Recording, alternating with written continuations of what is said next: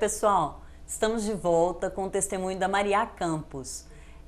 Eu acho que a maioria das pessoas aqui da cidade que ainda não te conhecem já ouviram falar de você ou já ouviram, né, alguma coisa de você. Sim. E vai ser uma oportunidade muito legal das pessoas te conhecerem um pouquinho melhor e entenderem o tanto que Deus fez na sua vida. Amém. Você falou, Maria, que com 11, 12 anos você teve a sua primeira experiência com o Senhor. Sim. Num culto lá no último banco, lá atrás, e ainda assim o Senhor te viu, como não poderia deixar de ser, e falou ao seu coração. Como que foi esse dia e o que aconteceu depois disso?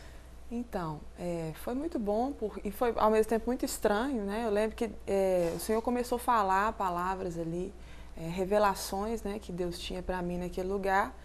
E eu comecei a chorar, né? Não estava assim muito entendendo. Meu irmão até me perguntou depois: o que aconteceu que você começou a chorar? Eu falei: eu não sei.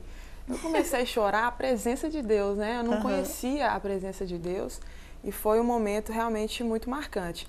E aí eu comecei então a frequentar essa igreja com a minha mãe e rapidamente eu me integrei ali na igreja, comecei a tocar, né? Não era batizada ainda, né? Mas eu era muito jovem, creio que o pastor estava ali me preparando, né? E hoje você ainda congrega lá? Não. Eu fiquei lá cerca de um ano. E esse momento, a minha mãe estava ali, naquela igreja, né, justamente buscando a restauração de tudo que precisava ser restaurado na vida dela, incluindo o casamento. E ela falava, né, que estava orando para o meu pai voltar e tudo, só que eu falava assim, apesar de já ter aceitado Jesus, de orar, de buscar o Senhor, de amar a presença do Senhor, eu não queria o meu pai. Eu falava assim: mãe, eu não quero que meu pai volte.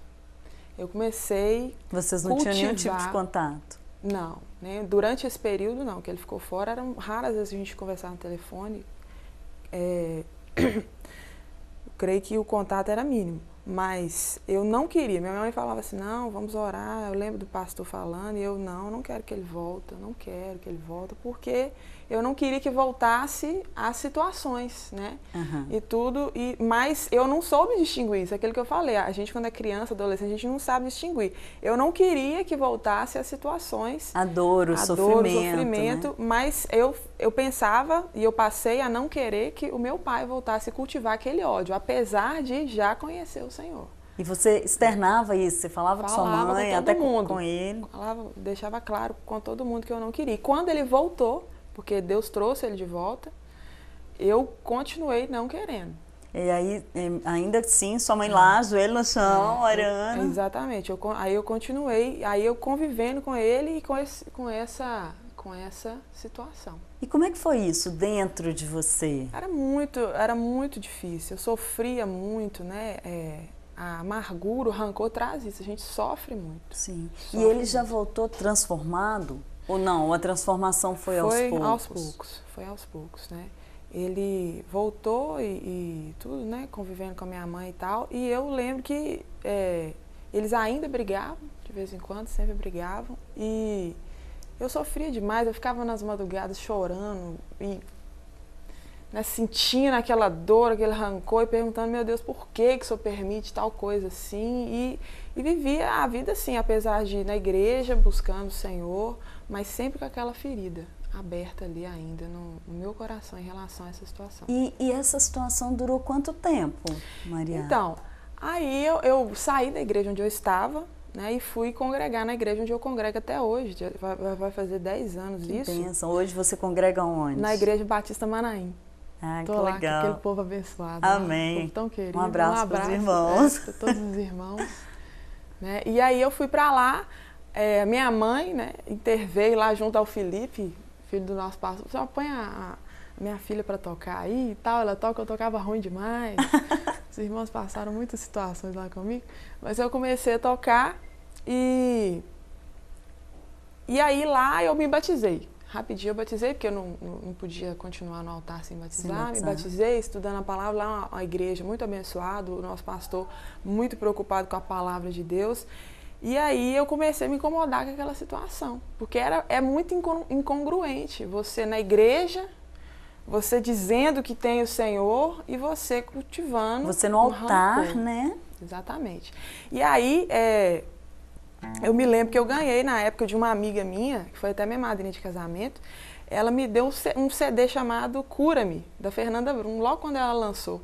Ela me deu um CD, gravou, copiou o CD e me deu. E aí eu comecei a ouvir aquelas músicas, né, falando de cura e tudo mais. Eu falei, Deus tem um mistério nisso aí. E eu tinha a chave da igreja, porque eu ensaiava com os meninos e tudo. Aí eu ia muito lá para orar às vezes. Fora de horário de culto, eu ia lá às vezes para orar. Tinha a zeladora lá, de vez em quando eu trombava com ela lá. E nesse dia eu fui lá com esse CD que eu tinha ganhado, coloquei no sonzinho para tocar e comecei a orar. Estava orando ao Senhor. E aí, de repente, eu falei assim, Deus, eu só preciso me curar dessa situação com o meu pai.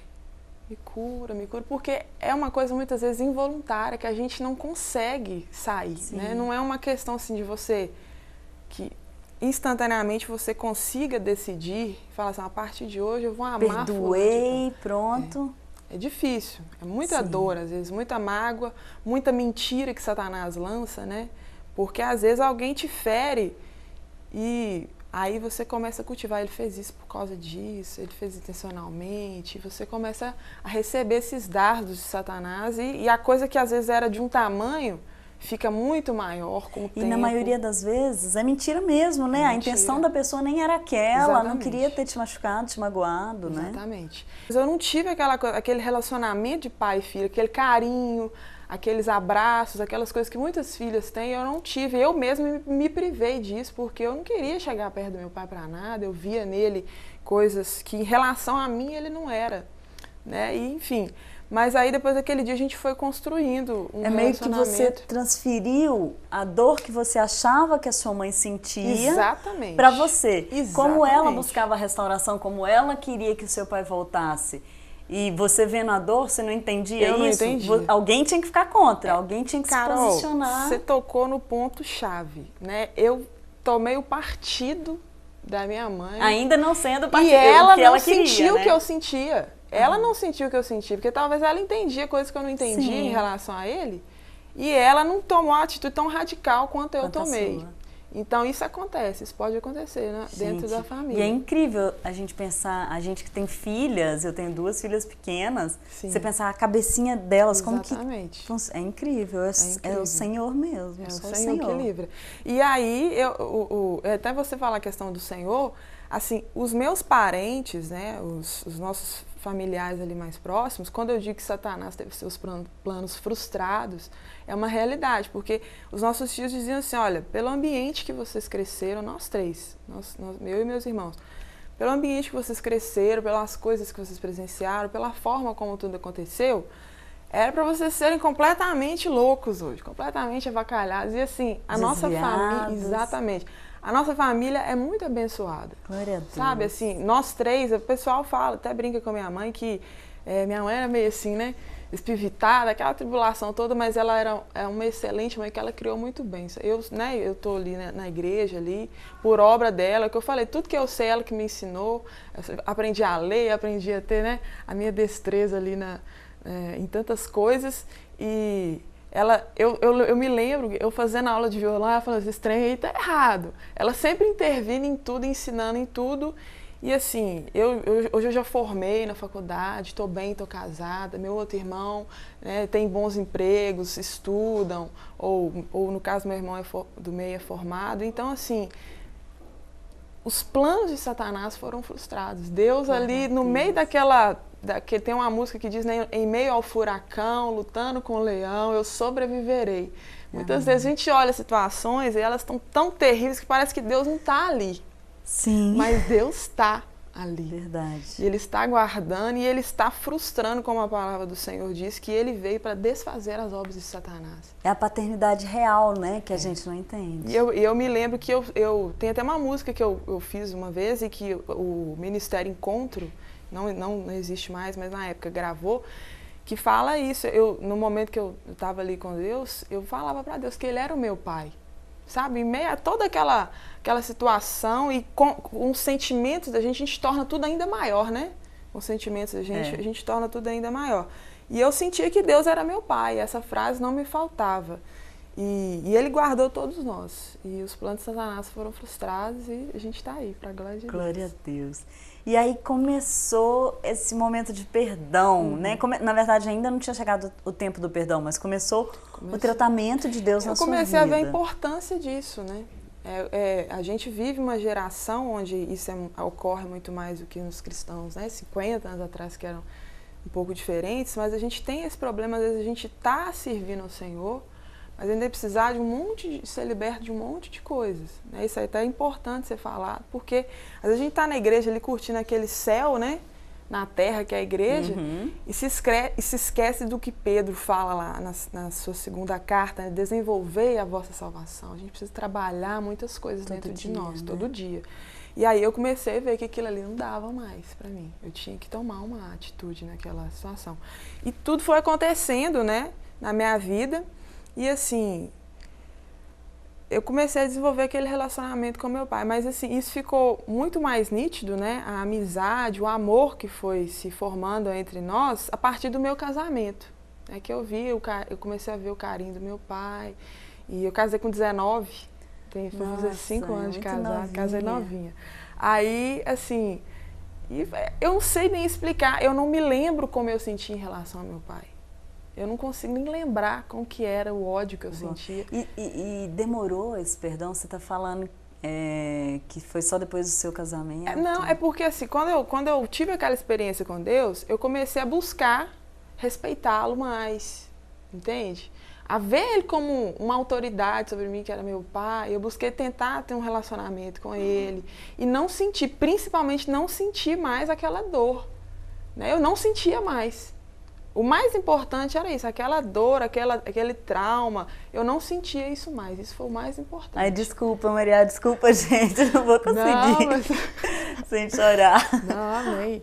E aí eu não sentia. O mais importante da gente buscar o perdão é a gente parar de sentir a dor, porque o relacionamento ele vai ter que começar a ser construído, né, a partir dali. Mas a dor foi tirada, E aquela palavra, né, eu não gosto do meu pai, saiu dos meus lábios. Eu tirei aquela palavra dos meus lábios. Nossa, é muito forte. E aí foi se construindo um relacionamento e hoje, assim, eu e meu pai, a gente tem um carinho com o outro, um respeito, né? Uma conversa. É um amor mesmo, de pai pra filho. Eu admiro meu pai, eu não gostava de me parecer com meu pai, hoje eu tenho o maior orgulho, meu pai é bonitão demais, de conhecer meu pai. Meu pai e minha mãe são um casal, assim, muito bonito. Você é linda, então eles devem ser... Eu não consigo. Meus irmãos são mais bonitos do que eu. Você vai ver. Mas eu tenho orgulho de me parecer com meu pai, de tocar e cantar como meu pai toca e canta. E isso são coisas que parecem muito simples, né? E são simples para muitos, mas para mim é uma coisa que eu desfruto, que durante muitos anos eu não desfrutei. Né? Eu tenho o maior orgulho do meu pai hoje. E amo ele, respeito ele. Eu falar isso, que eu amo o meu pai, é diferente do plano que Satanás projetou. Porque o que ele queria é que eu continuasse a vida inteira, né? A gente conhece pessoas que têm essa situação. Não gosta, tem trauma, não sei o quê. E isso não se estabeleceu na minha vida para a glória de Deus. Para a glória de Deus. Amém. É o primeiro programa que a gente tem gravado assim, que eu não tô conseguindo controlar. Que bom, eu tô chorando, o Senhor tem falado, ao mesmo tempo que, na verdade, você tá ministrando na minha vida. Amém. Então eu tenho Glória certeza que na vida das pessoas que estão em casa também. Enquanto você tá contando a sua história, o Senhor tá falando um monte de coisas aqui da minha vida, sabe? Então eu creio que realmente as pessoas em casa vão ser impactadas. E a partir do momento que você deixou Deus agir, que você assumiu a paternidade, que Ele era o seu pai, a paternidade aqui na Terra também mudou. E o que mais mudou na sua vida? Então, quando a gente deixa o Senhor trabalhar na nossa vida, né, a gente começa a galgar, você vai galgando lugares mais altos. Eu acho que é muito importante a gente trabalhar o que está no passado, trabalhar, às vezes, coisas que a gente quer esconder, né, porque essas mágoas, essas coisas do passado, assim, a gente quer guardar. E Deus não quer esquecer. Deus quer ir lá e tratar. Quer resolver, né? E transformar. Né? Então a gente começa a ter uma maior liberdade para buscar o Senhor. né, a vida espiritual da gente progride mais. Né? Progride Maria, mais. eu vou te pedir que a gente faça mais um pequeno intervalo. Amém. E aí a gente volta para contar o que Deus fez depois dessa cura, depois dessa Amém. mudança na sua Amém. vida. É rapidinho.